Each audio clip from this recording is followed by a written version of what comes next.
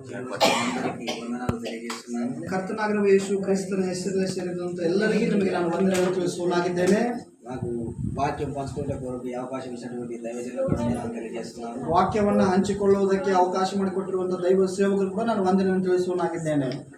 నా శబ్దం మీకు వినపడుతున్నట్టు ఒకసారి తెలుస్తుంది సార్. హల్లెలూయా. ನನ್ನ ಒಂದು ಸ್ವರ ನಿಮಗೆ ಕೇಳ್ತಾ ಇದ್ರೆ ದೇವರನ್ನು ಸ್ತುತಿಸ್ತಾರೆ. ಹಲ್ಲೆಲೂಯಾ ಅಂತ ಹೇಳ್ತೀರಾ? ఎవరికైనా నిద్ర వస్తుందా? ಯಾರಿಗಾದ್ರೂ ನಿದ್ರೆ ಬರ್ತಾ ಇದೆಯಾ? అందరి మైండ్ ఫ్రెష్ గా కదా, ಎಲ್ಲರ ಒಂದು ಮನಸ್ಸು ಸ್ವಚ್ಛವಾಗಿದೆ ಅಲ್ವಾ? ఎవరికైనా నిద్ర వస్తుందైతే ఒక పాట పాడుకుందాం. ಯಾರಿಗಾದ್ರೂ ನಿದ್ರೆ ಬರುವುದಾದ್ರೆ ನಾವು ಒಂದು ಹಾಡನ್ನು ಹಾಡಿಕೊಳ್ಳೋಣ. లేదంటే డైరెక్ట్ వాక్యంలోకి వెళ్దాం. ಇಲ್ಲ ಅಂದ್ರೆ ನಾವು ಸೀದಾ ನೇರವಾಗಿ ವಾಕ್ಯಕ್ಕೆ ಹೋಗೋಣ. దేవుని స్తోత్రం అలాగా. హల్లెలూయా. ಹಲ್ಲೆಲೂಯಾ. ఒక లైన్ పాట పాడదాం. ಒಂದು ಲೈನ್ ಒಂದು ಹಾಡನ್ನು ಹಾಡಿಕೊಳ್ಳೋಣ. ಸೀತ ಮುಂದು ಸುತ್ತಮಾಗು ಸುಗಮಾಕಿನಿ ಸೀತ ಮುಂದು ಸುತ್ತಮಾಗು ಸುಗಮಾಕಿನಿ ಅಯ್ಯ ಎಂದು சொல்லி சுகமாக்கினி ஐயா என்று சொல்லி சுகமாக்கினி. దేవుని స్తోత్రం అలాగా. హల్లెలూయా. హల్లెలూయా. అందరూ విధేయత అని చెప్పండి. విధేయత, విధేయత, ఒప్పందం, తీర్మానం, ప్రతిష్ఠించుకోవడం. పరిశుద్ధ గ్రంథములో ತೆಲುಗು ಎಲ್ಲರಿಗೂ ಬರುತ್ತಾ ಇಲ್ಲಿ? ಯಾಕಂದ್ರೆ ಟ್ರಾನ್ಸ್ಲೇಷನ್ ಸಮಯ ಭಾಳ ಆಗುತ್ತೆ. ಎಲ್ಲರಿಗೂ ಬರುತ್ತೆ ತೆಲುಗು? ಟ್ರಾನ್ಸ್ಲೇಷನ್ ಬೇಕೇ ಬೇಕಾ? ಓಕೆ. ఇర్మియా రాసినటువంటి ఇర్మియా గ్రంథం, ಯೆರೆಮೀಯ ಬರೆದಂಥ ಗ್ರಂಥ 35వ అధ్యాయము 35ನೇ ಅಧ್ಯಾಯ మొదటి వచనం చూద్దాం. ಯೆರೆಮೀಯ ಗ್ರಂಥ 35ನೇ ಅಧ್ಯಾಯ ಮೊದಲನೇ ವಚನವನ್ನು ಓದಿಕೊಳ್ಳೋಣ. ಯೆರೆಮೀಯ ಗ್ರಂಥ 35ನೇ ಅಧ್ಯಾಯ ಮೊದಲನೇ ವಚನವನ್ನು ಓದಿಕೊಳ್ಳೋಣ. ಓಕೆ, ತೆಗೆದವರು ಯಾರಾದರೂ ಸರಿ, ತೆಲುಗುದಲ್ಲಿ ಕೂಡ ಓದಲಿ, ಕನ್ನಡದಲ್ಲಿ ಕೂಡ ಓದಲಿ. ఇర్మియాకు యెహోవాకు ప్రత్యక్షమై ದೇವರು ಯೆರೆಮೀಯನಿಗೆ ಪ್ರತ್ಯಕ್ಷನಾಗಿ ನೀನು ರೆಕಾಬೀಲ యొద్దకు పోయి ರೆಕಾಬೀಲ ಹತ್ತಿರ ಹೋಗಿ వారితో మాట్లాడి ಅವರೊಟ್ಟಿಗೆ ನೀನು ಮಾತನಾಡಿ యెహోవా మందిరంలోని ಯೆಹೋವನ ಮಂದಿರದಲ್ಲಿ ఇక్కడ జరుగుతున్నటువంటి విషయం చూస్తే, ಇಲ್ಲಿ ನಡೀತಿರುವಂತಹ ವಿಷಯವನ್ನು ನೋಡುವುದಾದ್ರೆ దేవుడు ఒక యాజకునితో మాట్లాడుతున్నటువంటి మాటలు మనకు కనిపిస్తున్నాయి. ದೇವರು ಯಾಜಕನ ಹತ್ರ ಮಾತನಾಡುತ್ತಿರುವಂತಹ ಮಾತುಗಳು ನಮಗೆ ಕಾಣಿಸ್ತಾ ಇದಾವಲ್ಲಿ. ఇతడు యాజకుడు మాత్రమే కాదు, ಈತನು ಯಾಜಕನು ಮಾತ್ರವಲ್ಲದೆ ఇతను ప్రవక్త కూడా. ಈತನು ಪ್ರವಾದಿ ಕೂಡ. ఈ ప్రవక్తతో దేవుడు మాట్లాడుతూ ఉన్నాడు. ಈ ಪ್ರವಾದಿಯೊಂದಿಗೆ ದೇವರು ಮಾತನಾಡ್ತಾ ಇದ್ದಾನೆ. ఇర్మియా ఎంతమంది తెలుసు? ಯೆರೆಮೀಯ ಎಷ್ಟು ಜನರಿಗೆ ಗೊತ್ತು? ఇర్మియా అనే వ్యక్తి ఒక దేవుని ప్రవక్త. ಯೆರೆಮೀಯ ಅನ್ನೋನು ಒಬ್ಬ ದೇವರ ಪ್ರವಾದಿ, దేవుని దగ్గర సేవ చేయవాడు, ದೇವರ ಹತ್ರ ಒಂದು ಸೇವೆ ಮಾಡುವವನು, దేవుడు ఏది చెబితే అదే చేయవాడు, ದೇವರು ಏನ್ ಹೇಳ್ತಾನೋ ಅದನ್ನೇ ಮಾಡುವವನು. మందిరములో ఆయన పనిచేసేటువంటి వ్యక్తి, ಮಂದಿರದಲ್ಲಿ ದೇವಾಲಯದಲ್ಲಿ ಕೆಲಸ ಮಾಡುವಂತವನು. ఈ వ్యక్తితోటి ಈ ಮನುಷ್ಯನೊಂದಿಗೆ దేవుడు మాట్లాడుతా ఉన్నాడు. ದೇವರು ಮಾತನಾಡ್ತಾ ಇದ್ದಾನೆ. ಯೆರೆಮೀಯನೇ, నేను ఒక మాట చెప్తా విను. ನಾನು ಒಂದು ಮಾತನ್ನು ಹೇಳ್ತೇನೆ ಕೇಳು. ನೀನು ರೆಕಾಬೀల యొద్దకు వెళ్ళమంటున్నాడు. ರೆಕಾಬೇಲ ಹತ್ತಿರ ಹೋಗು. ఈ ರೆకాబీలు ఎవరో తెలుసా? ಈ ರೆಕಾಬೇಲು ಯಾರು ಗೊತ್ತಾ? ఎప్పుడైనా విన్నారా? ಯಾವಾಗಾದ್ರೂ ಕೇಳಿದ್ದೀರಾ? వినకపోయిండవచ్చు, ಕೇಳದೇ ಇರಬಹುದು ನೀವು. దేవుని స్తోత్రం కలగా. హల్లెలూయా. ಯೆರೆಮೀಯ ರೆకాబీల యొద్దకు వెళ్ళిండు. ರೆಕಾಬೇಲ ಹತ್ರ ಹೋದನು. ఈ ರೆకాబీలు ఎక్కడున్నారో తెలుసా? ಈ ರೆಕಾಬಿ ಮನುಷ್ಯರು ಎಲ್ಲಿದ್ದಾರೆ ಗೊತ್ತಾ? యెరూషలేములోనే ఉన్నారు. ಯೆರೂಷಲೇಮಿನಲ್ಲೇ ಇದ್ದಾರೆ. ఈ ರೆకాబీల యొక్క నివాసం ఎలా ఉంటదంటే, ಈ ರೆಕಾಬಿಯಲ್ಲಿ ಈ ಮನುಷ್ಯರ ನಿವಾಸ ಹೇಗಿರುತ್ತೆ ಗೊತ್ತಾ?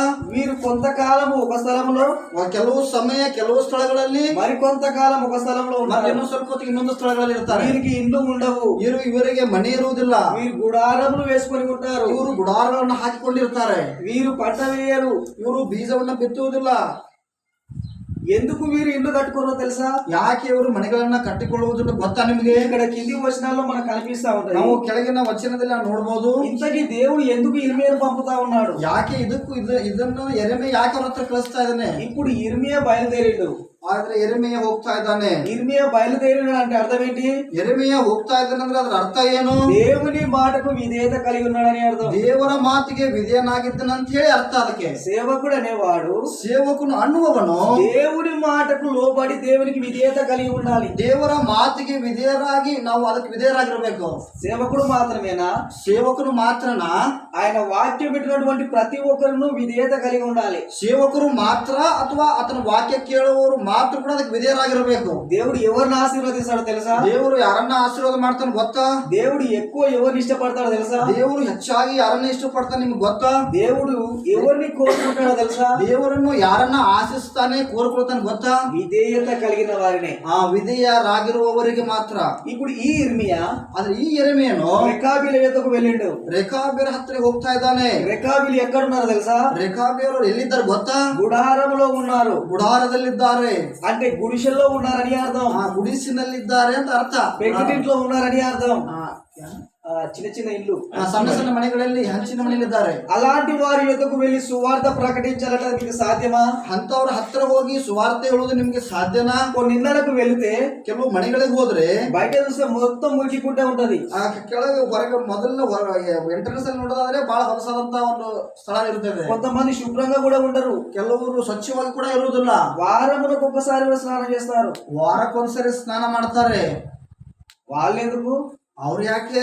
చాలా మంది చర్చికి వచ్చే వాళ్ళు కూడా స్నానాలు చేయకుండానే బయలుదేరుతారు.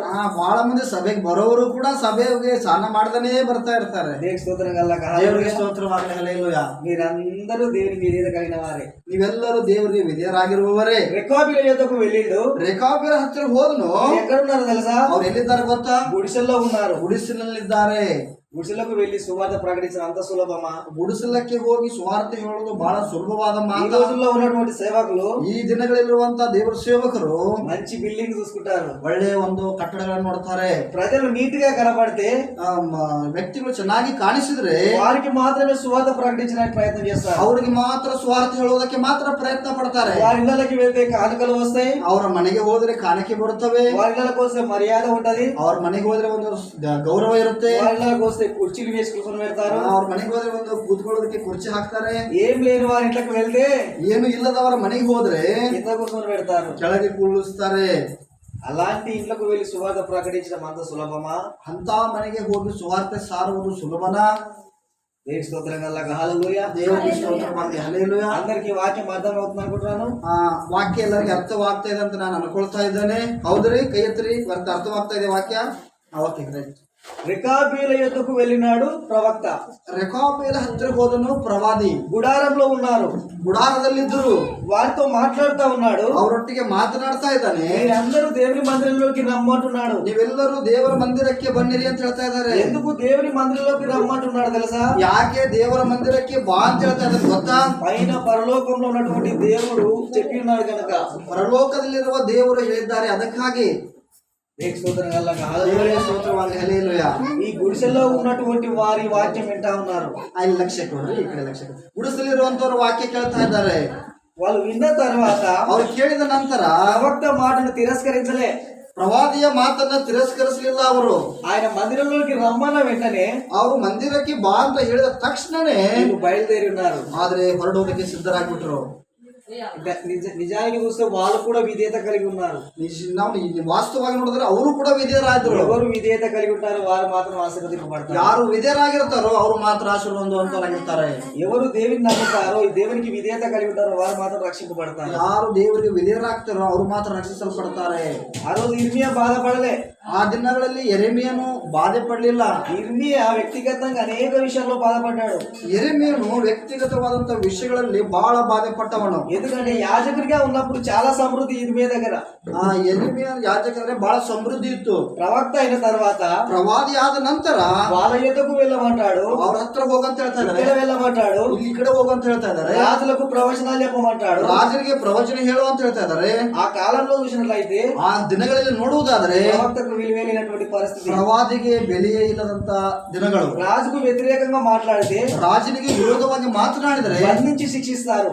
ನಾವು ಅವರನ್ನ ಬಂಧಿಸಿ ಶಿಕ್ಷೆ ಕೊಡ್ತಾರೆ. అటువంటి కాలంలో బయలుదేరినడిన ಅಂತ ಒಂದು ಕಾಲದಲ್ಲಿ ಈತನು ಹೊರಟು ಹೋಗಿದ್ದಾನೆ. రేకాబులను పిలిచినాడు, ರೇಖಾಬ್ಯರನ್ನ ಕರೆದಿದ್ದಾನೆ, దేవుని మందిరంలోకి తీసుకుని వచ్చాడు. ದೇವರ ಮಂದಿರದಲ್ಲಿ ತೆಗೆದುಕೊಂಡು ಬಂದಿದ್ದಾನೆ. దేవుని మందిరంలో ఇప్పుడు ఏం జరుగుతా ఉందో తెలుసా? ದೇವರ ಮಂದಿರದಲ್ಲಿ ನಡೀತಾ ಇರೋದು ಏನ್ ಗೊತ್ತಾ? దేవుని మందిరంలో ఒక గదిలో కూర్చొని పెట్టినాడు. ದೇವರ ಒಂದು ಕೋಣೆಯಲ್ಲೇ ಕೂತ್ಕೊಂಡಿದ್ದಾನೆ. ఆ మందిరంలో ఒక గదిలో కూర్చున్న తర్వాత ಆ ಕೋಣೆಯಲ್ಲಿ ಕೂತ್ಕೊಂಡ ನಂತರ ప్రభువా రేకాబీలు వచ్చారు. ఇప్పుడు ఏంటి? ಆ ರೇಖಾಬ್ಯರು ಬಂದಿದ್ದಾರೆ. ಈಗ ಮುಂದೇನು? ఇప్పుడు నేను మాట చెప్తా వినము. ಈಗ ನಾವು ಒಂದು ಮಾತು ಹೇಳ್ತೀನಿ ಕೇಳು. ఆ పాత్రలలో ద్రాక్షారసం పోయిము, ಆ ಪಾತ್ರೆಯಲ್ಲಿ ದ್ರಾಕ್ಷಾರಸ ಹಾಕು, ఆ ద్రాక్షారసం వారికి ఇయ్యము అంటున్నాడు. ಆ ದ್ರಾಕ್ಷಾರಸ ಅವರಿಗೆ ಕೊಡು ಅಂತ ಹೇಳ್ತಾ ಇದ್ದಾನೆ. ఇప్పుడు రేకాబీలు ద్రాక్షారసం త్రాగాలి. ಈಗ ರೇಖಾಬ್ಯರು ಅವರು ದ್ರಾಕ್ಷಾರಸನ ಕುಡಿಯಬೇಕು. ఇప్పుడు రేకాబీలు ఏమంటున్నారు తెలుసా? ಈಗ ರೇಖಾಬ್ಯರು ಏನ್ ಹೇಳ್ತಾ ಇದ್ರು ಗೊತ್ತಾ? అయ్యా ಅಯ್ಯ మేము ఆ ద్రాక్షారసం ముట్టము, ಆ ದ್ರಾಕ್ಷಾರಸವನ್ನು ಮುಟ್ಟುವುದಿಲ್ಲ, మేము వాటిని త్రాగము. ಆ ಕುಡಿಯುವುದಿಲ್ಲ. ఎవరు చెప్తున్నారు? ಯಾರು ಹೇಳ್ತಾ ಇದ್ದಾರೆ? అక్కడి నుండి ఆజ్ఞ దొరికింది ఇర్మియాకి. ಮೇಲಿನಿಂದ ಆಜ್ಞೆ ಬಂತು ಎರೆಮೇನಿಗೆ. ఈ ఇర్మియా ఏం చేస్తున్నాడంటే రేకాబీలతో ಈ మాట్లాడుతున్నాడు. ಎರೆಮೇನು ರೇಖಾಬ್ಯರೊಟ್ಟಿಗೆ ಮಾತನಾಡ್ತಾ ಇದ್ದಾನೆ. రేకాబీలు మాట వినట్లేదు. ರೇಖಾಬ್ಯರು ಮಾತು ಕೇಳ್ತಾ ಇದ್ದಾರೆ. దేవుని మందిరంలోకి రమ్మంటే వచ్చారు, ದೇವರ ಮಂದಿರಕ್ಕೆ ಬಾ ಅಂತ ಬಂದಿದ್ದಾರೆ. ద్రాక్షారసం మాత్రం ముట్టట్లేదు. ಆದ್ರೆ ದ್ರಾಕ್ಷಾರಸ ಮಾತ್ರ ಮುಟ್ತಾ ಇಲ್ಲ. అంటే ఇప్పుడు విధేయత కలిగి ఉన్నారా లేరా? ಈಗ ವಿಧೇಯರಾಗಿದ್ದಾರಾ ಅಥವಾ ಇಲ್ವಾ? ఎందుకు వాళ్ళు ఆ ద్రాక్షారసం ముట్టట్లేదు? ಯಾಕೆ ಅವರು ಆ ದ್ರಾಕ್ಷಾರಸವನ್ನ ಮುಡ್ತಾ ಇಲ್ಲ? చూద్దాం, అలా మాట్లాడినప్పుడు ఏం జరుగుతుందో చూద్దాము. ಮುಂದೆ ಏನ್ ನಡೀತೆ ಅಂತ ನಾವು ನೋಡೋಣ. 6వ వచనం చూద్దాము. 6ನೇ ವಚನ ನೋಡ್ರಿ. 6ನೇ ವಚನ 35:6. ಅದಕ್ಕವರು ನಾವು ದ್ರಾಕ್ಷಾರಸವನ್ನು ಕುಡಿಯುವುದೇ ಇಲ್ಲ. ನಮ್ಮ ಪಿತೃವಾದ ರೇಖಾವನ ಮಗನಾದ ಯೋನಾದಾಬನು ನಮಗೆ ನೀವಾಗಲಿ ನಿಮ್ಮ ಸಂತಾನದವರಾಗಲಿ ಯುಗ ಯುಗಾಂತರಕ್ಕೂ ದ್ರಾಕ್ಷಾರಸ ಕುಡಿಯಬಾರದು, ನಿಮ್ಮ ಮನೆ ಕಟ್ಟಬಾರದು, ಬೀಜ ಬಿತ್ತಬಾರದು, ತೋಟ ಮಾಡಬಾರದು, ಅನುಭವಿಸಲೂಬಾರದು, ನಿಮ್ಮ ಜೀವಮಾನವೆಲ್ಲ ಗುಡಾರಗಳಲ್ಲಿ ವಾಸಿಸಬೇಕು. ఇక్కడ ఏం జరుగుతా ఉందంటే ఈ రేకాబీలు మాట్లాడుతున్నారు. ಇಲ್ಲಿ ರೇಖಾಬ್ಯರು ಮಾತಾಡ್ತಾ ಇದ್ದಾರೆ. అయ్యా అయ్యా యెహోనాదాబు రేకాబు యొక్క కుమారుడు మాకు ఒక ఆజ్ఞాపించున్నాడు. మా పితరులు ನಮ್ಮ ಪಿತೃಗಳು ಆಜ್ಞಾಪಿಸಿದ್ದಾರೆ. అంటే వాళ్ళ తాత, ಅವರ ತಾತ దాదాపుగా 300 సంవత్సరాల క్రితం జరిగి ఉంటది ఈ మాట. ಇದು 300 ವರ್ಷಗಳ ಹಿಂದ್ಗಡೆ ಮಾತು ಇದು ಒಂದು ನಡೆದಿರುತ್ತೆ. ఎప్పుడో తాత చెప్పిన మాట, ಯಾವಾಗೋ ಅವರ ತಾತ ಹೇಳಿರುವಂತ ಮಾತು. మీరు ద్రాక్షారసం త్రాగవద్దు, ನೀವು ದ್ರಾಕ್ಷಾರಸ ಕುಡಿಬಾರದು, మీరు ఇల్లు కట్టుకోవద్దు, ನೀವು ಮನೆ ಕಟ್ಕೊಳ್ಬಾರ್ದು, మీరు విత్తనం చల్లకూడదు, ನೀವು ಬಿತ್ತನೆ ಮಾಡಬಾರದು, మీరు పంట పండించకూడదు అంటున్నాడు. ನೀವು ಬೆಳೆಯನ್ನ ಬೆಳೆಸಬಾರದು ಅಂತ ಹೇಳಿ. ఇలాంటి మాటలు ఎవరైనా వింటారా? ಇಂಥ ಮಾತು ಯಾರಾದ್ರೂ ಕೇಳ್ತಾರಾ? ఇయ్యాల రేపట్ల ಈಗ ನಾಳೆ తల్లిదండ్రులు ఒక మాట చెప్తే మాత్రం వినలేకపోతా ఉంటారు. ತಂದೆ ತಾಯಿಗಳು ಒಂದು ಮಾತು ಹೇಳಿದ್ರೆ ಕೇಳ್ತಾ ಇಲ್ಲ ಮಕ್ಕಳು. ಶಾಪ್ಕಾಡ್ಕೋಗಿ ಪಾಲಪಾಗಿ ದೇಪಾಡೆ ನಾಗೆ చెప్తా వాళ్ళు చెప్పమా అంటారు. ಹಾಲು ಕಡಿಯೋದು ಗಿರಣಿ ಹಾಲು ಕಡಿತಾನ ನನಗೆ ಹೇಳ್ತೀಯ ಅಂತ ಹೇಳ್ತಾರೆ. అంటే తల్లిదండ్రులకు ఎంత మీదేదా కలిగి ఉన్నారు. ಆದ್ರೆ ತಂದೆ ತಾಯಿಗಳು ಎಷ್ಟು ವಿಧೇಯರಾಗಿದ್ದಾರೆ ನೋಡ್ರಿ. ద్రాక్షరసం ముట్టమంటున్నారు, ద్రాక్షరస ముట్టుదిಲ್ಲ ಅಂತ ಹೇಳ್ತಾ ಇದ್ದಾರೆ. ఎందుకు దేవుడు ఇర్మియా ద్వారా వాళ్ళు రప్పించాడు ఇక్కడికి? ಯೆರೆಮೀಯನ ಮುಖಾಂತರ ಅವರನ್ನ ಇಲ್ಲಿ ಯಾಕೆ ಕರೆಯಿಸಿದ್ದಾನೆ? అంత అవసరం ఏమున్నది? ಅಷ್ಟು ಅವಶ್ಯಕತೆ ಅವಸರ ಏನಿದೆ? ఆ గదిలో ద్రాక్షరసం ఇవ్వాలన్నటువంటి పని ఏంటి? ಆ ಕೋಣೆಯಲ್ಲಿನೇ ದ್ರಾಕ್ಷರಸ ಕೊಡಬೇಕನ್ನುವ ಏನ್ ಕಾರಣ? ఎందుకు పిలిపించాడు తెలుసా? ಯಾಕೆ ಕರೆಸಿದ್ದಾರೆ ಗೊತ್ತಾ? ఇప్పుడు ఇర్మియాతో మాట్లాడుతున్న మాటలుంటే, ಈಗ ಯೆರೆಮೀಯನೊಟ್ಟಿಗೆ ಮಾತನಾಡುತ್ತಿರೋ ಮಾತಂದ್ರೆ యెరెమీయా రేకాబీలను చూసినావు కదా, ರೇಖಾಬ್ಯರು ನೋಡಿದ್ಯಲ್ಲ, ఇప్పుడు వాళ్ళ తాత ముత్తాతలు చెప్పినటువంటి మాటకి ఇంకనూ కట్టుబడి ఉన్నారు. ಅವರು ತಾತ ಮುತ್ತಾತ ಹೇಳಿದಂತ ಮಾತಿಗೆ ಅವರು ಇನ್ನ ವಿಧೇಯರಾಗಿದ್ದಾರೆ. వారు ప్రతిష్ఠింపబడ్డారు, ಅವರು ಪ್ರತಿಷ್ಠಿಸಲ್ಪಟ್ಟಿದ್ದಾರೆ, వారు తీర్మానం తీసుకొని ఉన్నారు, ಅವರ ತೀರ್ಮಾನ ತೆಗೆದುಕೊಂಡಿದ್ದಾರೆ. కానీ ಆದ್ರೆ నా పేరు పెట్టబడ్డటువంటి జనాంగం ఉన్నది కదా, ನನ್ನ ಹೆಸರು ಎಂದು ಕರೆಯಲ್ಪಟ್ಟಂತ ಜನರಿದ್ದಾರೆ. నేను తక్కువ చేసిన, ಅವ್ರಿಗೆ ನಾನು ಏನ್ ಕಡಿಮೆ ಮಾಡಿದ್ದೇನೆ? కావాల్సినవన్నిటి కూడా సమకూర్చిన కదా, ಬೇಕಾಗಿರೋದೆಲ್ಲವನ್ನ ನಾನು ಒದಗಿಸಿದ್ದೇನಲ್ವಾ? నా మాట వినట్లేదు ఇర్మియా. ಅವರು ನನ್ನ ಮಾತು ಕೇಳ್ತಾ ಇಲ್ಲ. ಯೆರೆಮೀಯನೇ, దేవునికి బాధ అయితే ఎవరు చెప్తున్నా తెలుసా? ದೇವರಿಗೆ ಬಾಧೆ ಆದ್ರೆ ಯಾರಿಗೆ ಹೇಳ್ತಾ ಇದ್ದಾರೆ ಗೊತ್ತಾ? తన సేవకులతో మాట్లాడతాం. ತನ್ನ ಸೇವಕರೊಟ್ಟಿಗೆ ಮಾತನಾಡ್ತಾ ಇದ್ದಾನೆ. మీకు బాధ అయితే ఎవరు చెప్తారు? ನಿಮಗೆ ಬಾಧೆ ಆದ್ರೆ ನೀವು ಯಾರಿಗೆ ಹೇಳ್ತೀರಿ? సేవకులకు చెప్తారు, ಸೇವಕರಿಗೆ ಹೇಳ್ತೀರಿ, దేవునికి చెప్తారు, ದೇವರಿಗೆ ಹೇಳ್ತೀರಿ, మీకు నమ్మకస్తులకు చెప్పుకుంటా ఉంటారు. ನಿಮ್ಮ ನಂಬಿಕಸ್ಥರಿಗೆ ನೀವು ಹೇಳ್ಕೊಳ್ತಾ ಇರ್ತೀರಿ. మరి దేవునికి బాధ అయితే? ದೇವರಿಗೆ ಬಾಧೆ ಆದ್ರೆ దేవునికి కూడా బాధలు ఉన్నాయా? ದೇವರಿಗೆ ಕೂಡ ಬಾಧೆಗಳು ಇದ್ದಾವ? ఉన్నాయి. ಇದ್ದಾವೆ. నీవు ఆయన మాట వినకపోతే ఆయన బాధపడతాడు. ನೀನು ಆತನ ಮಾತು ಕೇಳದೆ ಹೋದ್ರೇನೆ ಆತನು ಬಾಧೆ ಪಡ್ತಾನೆ. బాధపడ్డ తర్వాత ಬಾಧೆ ಪಟ್ಟ ನಂತರ సేవకుని పంపుతాడు, ಸೇವಕರನ್ನ ಕಳಿಸ್ತಾನೆ, హెచ్చరిస్తాడు. ಎಚ್ಚರಿಸ್ತಾನೆ. ఇంకా మాట వినకపోతే ಇನ್ನ ಮಾತು ಕೇಳದೆ ಹೋದ್ರೆ శిక్ష దొరుకుతుంది, జాగ్రత్త. ಶಿಕ್ಷೆ ಬರುತ್ತೆ, ಜಾಗ್ರತೆ. దేవునికి స్తోత్రం కలగా. ದೇವರಿಗೆ ಸ್ತೋತ್ರವಾಗಲಿ, ಹಲ್ಲೆಲೂಯಾ. ఈ తర్వాత ఏం జరిగిందో తెలుసా? ಈ ನಂತರ ಏನ್ ನಡೆಯುತ್ತೆ ಗೊತ್ತಾ? దేవుడు మాట్లాడుతున్న మాట ఏంటంటే, ದೇವರು ಮಾತನಾಡುತ್ತಿರುವಂತ ಮಾತೇನ್ ಗೊತ್ತಾ? ఇర్మియా ಯೆರೆಮೀಯ వీరు ఎల్లకాలము ಇವರು ಎಲ್ಲಾ ಕಾಲದಲ್ಲಿ ఎల్లప్పుడు నా సన్నిధిలో ఉంటారని ఆశీర్వదించాడు. ನೀವು ಯಾವಾಗಲೂ ನನ್ನ ಸನ್ನಿಧಾನದಲ್ಲಿ ಇರ್ತಾರೆ ಅಂತ ಹೇಳಿ ನಾನು ಆಶೀರ್ವದಿಸಿದ್ದೇನೆ. ఎవరు ఆశీర్వదింపబడతారో తెలుసా? ಯಾರು ಆಶೀರ್ವದಿಸಲ್ಪಡ್ತಾರೆ ಗೊತ್ತಾ? విధేయత కలిగిన వారు, ವಿಧೇಯರಾಗಿರುವವರು, ప్రతిష్ఠింపబడ్డవారు, ಪ್ರತಿಷ್ಠಿಸಲ್ಪಟ್ಟವರು. దేవుని కొరకు మనం సమర్పించుకోవాలి. ದೇವರಿಗೆ ನಮ್ಮನ್ನು ನಾವು ಸಮರ್ಪಿಸಿಕೊಳ್ಬೇಕು. ದೇವರು మన నిమిత్తము, ನಮ್ಮ ನಿಮಿತ್ತ మనల్ని ప్రేమించి, ನಮ್ಮನ್ನ ಪ್ರೀತಿಸಿ మన కొరకు ప్రాణం పెట్టినాడు. ನಮ್ಮ ನಿಮಿತ್ತವಾಗಿ ಪ್ರಾಣ ಕೊಟ್ಟಿದ್ದಾನೆ. ఏమి చెప్పకుండానే మనం ప్రేమించి మన కొరకు ప్రాణం పెట్టినాడు. ಏನು ಹೇಳಲಾರದೆ ನಮಗೋಸ್ಕರ ಪ್ರಾಣ ಕೊಟ್ಟಿದ್ದಾನೆ. ఆయనకు మనం నమ్మకంగా ఉండొద్దా? ನಾವು ಆತನಿಗೆ ನಂಬಿಕಸ್ಥರಾಗಿರಬಹುದು. మనం ఎప్పుడైతే సమర్పించుకుంటామో, ಯಾವಾಗ ನಮ್ಮನ್ನು ನಾವು ಸಮರ್ಪಿಸಿಕೊಳ್ತೇವೋ, ప్రభువా ఇదిగో నా జీవితం నీకే, ಪ್ರಭುವಾ ನನಗೆ ನನ್ನ ಜೀವಿತ ನಿನಗೆ, ఈ క్షణం నుంచి నేను అబద్ధం ఆడను, ಈ ಕ್ಷಣದಿಂದ ನಾನು ಸುಳ್ಳು ಆಡುವುದಿಲ್ಲ, నేను మోసం చేయను, ನಾನು ಮೋಸ ಮಾಡುವುದಿಲ್ಲ, నేను చెడ్డ క్రియలు చేయను, ನಾನು ಕೆಟ್ಟ ಕೆಲಸ ಮಾಡುವುದಿಲ್ಲ, నీ కొరకు నేను ప్రతిష్ఠించుకుంటాను ప్రభువా, ನಾನು ನಿನಗೋಸ್ಕರ ಪ್ರತಿಷ್ಠೆ ಪಡಿಸಿಕೊಳ್ತೇನೆ ದೇವರೇ అని నీవు తీర్మానం తీసుకున్నట్లయితే, ಆ ರೀತಿ ನೀನು ತೀರ್ಮಾನ ತೆಗೆದುಕೊಳ್ಳುವುದಾದರೆ దేవుడు నిన్ను నీ కుటుంబాన్ని ఆశీర్వదిస్తాడు. ದೇವರು ನಿನ್ನನ್ನ ನಿನ್ನ ಕುಟುಂಬವನ್ನು ಆಶೀರ್ವದಿಸುತ್ತಾನೆ. దేవునికి స్తోత్రం కలుగుగాక. ದೇವರಿಗೆ ಸ್ತೋತ್ರವಾಗಲಿ, ಹಲ್ಲೆಲೂಯಾ. ఇక్కడ మనకు అర్థమైన విషయాలు ఏంటంటే, ಇಲ್ಲಿ ನಮ್ಗೆ ಅರ್ಥವಾಗಿರುವಂತ ವಿಷಯ ಏನಂದ್ರೆ, దేవుడు చెప్పిన మాట సేవకుడు విన్నాడు. ದೇವರು ಹೇಳಿದಂತ ಮಾತು ಸೇವಕನು ಕೇಳಿದನು.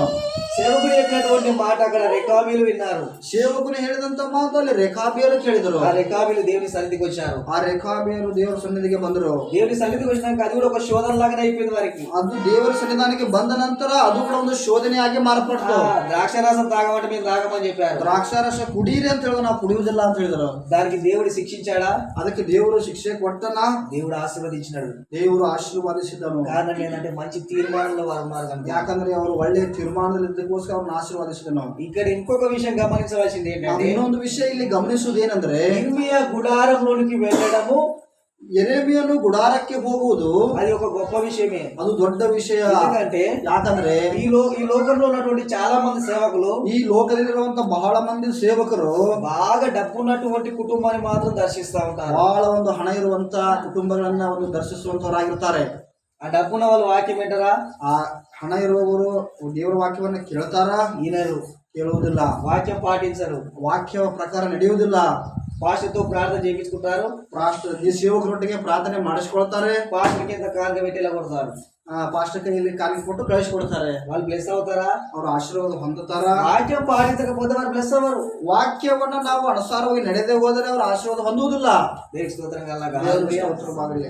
2006లో 2006ರಲ್ಲಿ మేము కూడా ఒక గుడారంలోనే ఉన్నాము. ನಾವು ಸೇವಕರು ಕೂಡ ಒಂದು ಗುಡಾರದಲ್ಲೇ ఆ ಇದ್ರು. గుడారంలో నివసిస్తున్నటువంటి సమయంలో, ಆ ಗುಡಾರದಲ್ಲಿ ನಿವಸಿಸುವ ಸಮಯದಲ್ಲಿ హఠాత్తుగా ఒక రోజు ತಕ್ಷಣವಾಗಿ ಕೆಲವರು, ఒక దైవజనుడు నాకు ಒಬ್ಬ ದೈವ ಸೇವಕರು ಒಬ್ಬರು దేవుని పరిచయం చేసి, ದೇವರ ಒಂದು ಪರಿಚಯ ಮಾಡಿ, దేవుని గురించి తెలియజేసి, ದೇವರ ವಿಷಯದಲ್ಲಿ ತಿಳಿಯಪಡಿಸಿ, దేవుని నమ్మే రీతిగా నన్ను ದೇವರು ನಂಬಿಕೊಳ್ಳುವ ರೀತಿಯಲ್ಲಿ ಇವರನ್ನ ಸೇವಕರನ್ನ ముందుకు నడిపించినాడు. ಮುಂದಕ್ಕೆ ನಡೆಸಿದರು.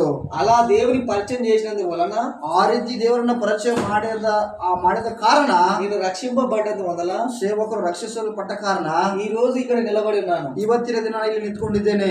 ఆ రోజు దేవుని పరిచయం చేసిన సేవకుడు ఎవరో తెలుసా?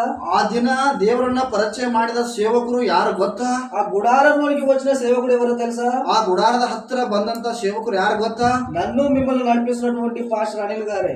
ನಿಮ್ಮನ್ನ ನಡೆಸ್ತಿರುವಂತ ಅನಿಲ್ ಪಾಸ್ಟರ್ ಅಂಕ ಸೇವಕರೇ. తెలుసా అనిల్ పాస్టర్ ఎవరు? ಅನಿಲ್ ಪಾಸ್ಟರ್ ಯಾರು ಗೊತ್ತಾ? ఇక్కడ ఉన్నటువంటి ప్రధాన యాజకుడే. ಇಲ್ಲಿರುವಂತ ಪ್ರಧಾನ ಯಾಜಕರೇ.